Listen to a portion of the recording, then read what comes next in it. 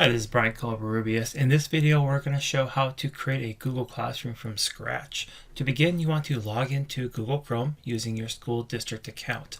From here, you can click the app launcher in the upper right hand corner and then select Classroom. You could also go to the website classroom.google.com.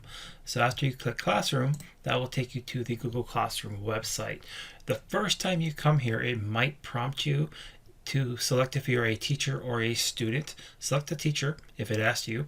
It's possible it will not ask you because your IT department may have already set you up. From here, click on the plus sign in the upper right hand corner.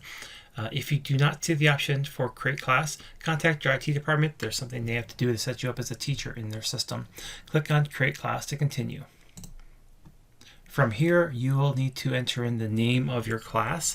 The section, the subject, and the room are optional, but the name is required.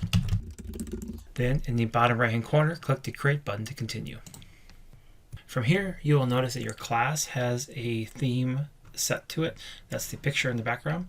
If you click the Select Theme link here, that will give you the theme library or the gallery. From here, you can select different themes to apply to your classroom.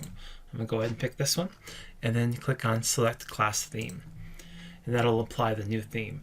There is also an option for uploading your own custom background photo. I'm going to cover that in a different video, but for now, know that you can pick your theme from their gallery. Now that we have our class set up, you'll notice in the upper left-hand corner is the main menu. If you click that triple line menu, you can see you have the option for going back to classes.